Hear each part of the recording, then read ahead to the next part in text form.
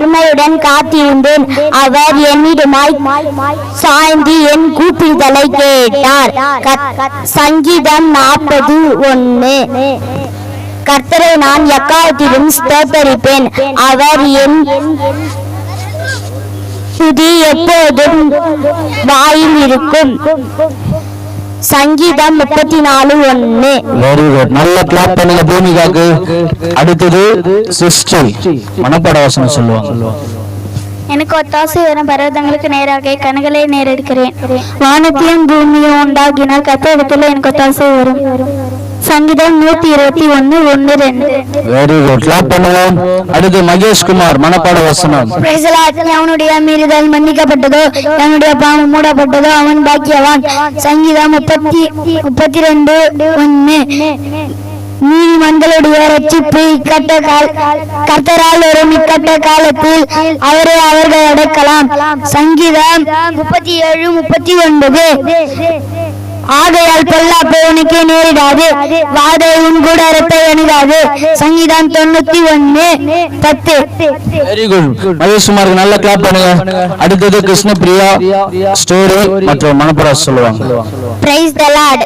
நிலத்தினுடைய சகலவித செடிகளும் பூமியின் மேல் இன்னும் உண்டாக்கவில்லை, நிலத்தினுடைய சகலவித பூண்டுகளும் இன்னும் முளைக்கவில்லை, ஏனெனில் தேவனாகிய கர்த்தர் பூமியின் மேல் இன்னும் மழையை பெய்ய பண்ணவில்லை, நிலத்தை பண்படுத்தவும் மனுஷனும் இல்லை. ஆதியாகமம் 2:5. கர்த்தர் அதற்கு தேவன் இருக்கிறவராகவே இருக்கிறேன் என்று மோசேயுடனே சொல்லி, இருக்கிறேன் என்பவர் என்னை உங்களிடத்துக்கு அனுப்பினார் என்று இஸ்ரவேல் புத்திரரோடே சொல்வாயாக என்றார். யாத்ராகமம் 3:14.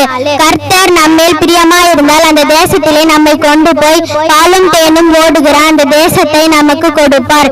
என்னாகமம் 14:8. கர்த்தர் இரக்கமும் முருகமும் நீடிய சாந்தமும் கிருபையும் உள்ளவர். சங்கீதம் 103:8. அடுத்து ஸ்டோரி சொல்ல போறேன். யோனான் பைபிள் யோனான் ஒருத்தர் இருந்தாரு. அவர் ஏசப்பாக்கு கீழ்ப்படியாம பயந்து தர்ஷீஷ்னு ஒரு ஊருக்கு கப்பல்ல போறாரு. அப்ப போற நேரத்துல ஒரு பெரிய புயல் வந்தது. அந்த புயல் ஆனா யோனா என்ன பண்றாரு, அந்த கப்பலுக்கு அடியில தூங்கிட்டு இருக்கிறாரு. தூங்கிட்டு இருக்கிற நேரத்துல எல்லாரும் கடல்ல பயந்துட்டு இருந்தாங்க கப்பல்ல.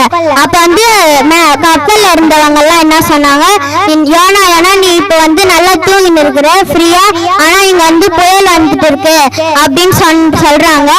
கடவுள் அவங்க வேண்டாங்க. அப்ப யோனா எல்லாருடைய பேரை எழுதி அவங்க சீட்டுக்குலுக்கி போட்டாங்க. அப்ப போடுற நேரத்துல யோனாவுடைய பேர் வந்தோடனே, உன்னாலதான் இந்த பிரச்சனை வந்திருக்கு, இந்த புயல் வந்திருக்கு அப்படின்னு சொன்னாங்க. யோனா அமைதியா இருந்தாரு. அப்ப ஏசப்பா கடல் ஒரு பெரிய மீன், அந்த பெரிய மீன் வயிற்றுக்குள்ள நீ முழுங்கு, ஆனா அவன் சாப்பிடக்கூடாது அப்படின்னு சொல்றாரு ஏசப்பா. 3 நாள் அவர் வயிற்றுக்குள்ளேதான் இருக்கிறாரு. அப்ப அவருடைய தப்ப உணர்ந்து ஏசப்பட்ட ஜெபம் பண்றாரு. நான் எங்க கண்ணீரிலையும் கஷ்டத்திலயும் இருக்கிறேன் ஏசப்பா, நான் இனிமே என் தோல்வியை நான் ஒத்துக்கிறேன், என்னை மன்னிச்சிடுங்க அப்படின்னு கேக்குறாரு. உங்களுக்கு நான் கீழ்படுகிறேன் அப்படின்னு சொல்றாரு. சொன்ன நேரத்துல ஏசப்பா சரி நீ 3வது நாள் கரையில கக்கிடு அப்படின்னு சொல்றாரு. அந்த மீனும் 3வது நாள் ஏசப்பா கீழ்படிஞ்சு கரையில கக்கிடுச்சு. இதுல இருந்து நம்மளுக்கு என்ன புரியுதுன்னா, ஏசப்பாக்கு கீழ்படியணும். ஏசப்பாக்கு கீழ்படிஞ்சா நம்ம அவருக்கு பிரியமானவர்களா இருக்க முடியும். தேங்க்யூ.